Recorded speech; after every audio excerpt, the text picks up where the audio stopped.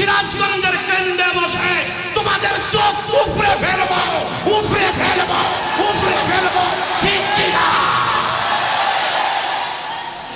আজ পৃথিবীতে 208 কোটির ঊর্ধ্বের মানুষ, এরপরও পৃথিবীতে সবচাইতে লাঞ্ছিত বঞ্চিত।